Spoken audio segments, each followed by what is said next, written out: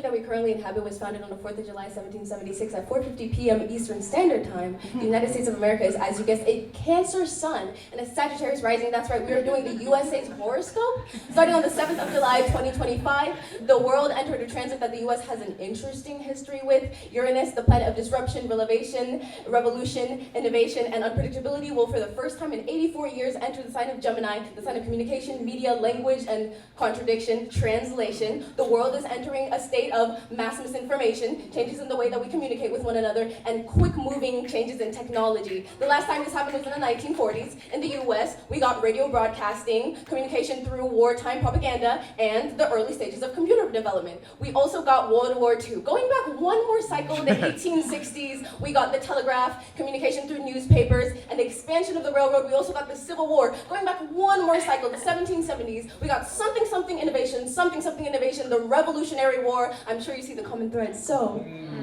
if it comes down to World War III, these hands will yield no gun.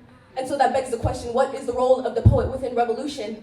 In a world where facts come in fragments, people can be deepfaked, and intelligence can be artificial, war does not happen in the muddy trenches, screaming, what is mine? War happens in the media and in the mind, whispering, what is real? Many of you mistake astrology for some fortune-telling game or a tool for fear-mongering, as I'm sure you think I'm doing right now. But in reality, astrology tells us this is the energy that is going to be present in the world, so what are you going to do with it? Astrology does not tell us World War III is coming, so buckle up. It is imminent. It tells us there is an energy of upheaval and destruction. So what are you going to destroy? Yourselves or the system? What is your role within the revolution? I used to think the only tool for dismantle was fight, pure unrivaled aggression. And so I would say that confession and say softly, I would prove brutally gentle woman.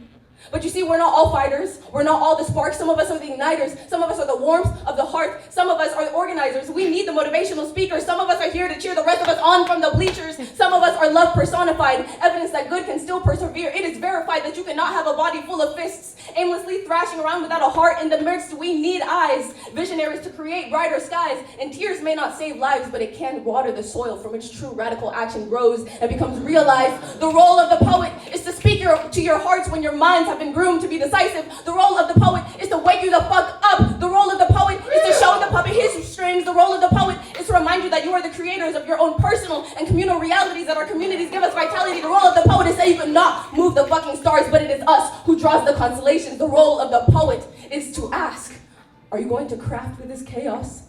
Or do we have to wait another 84 years to get another chance?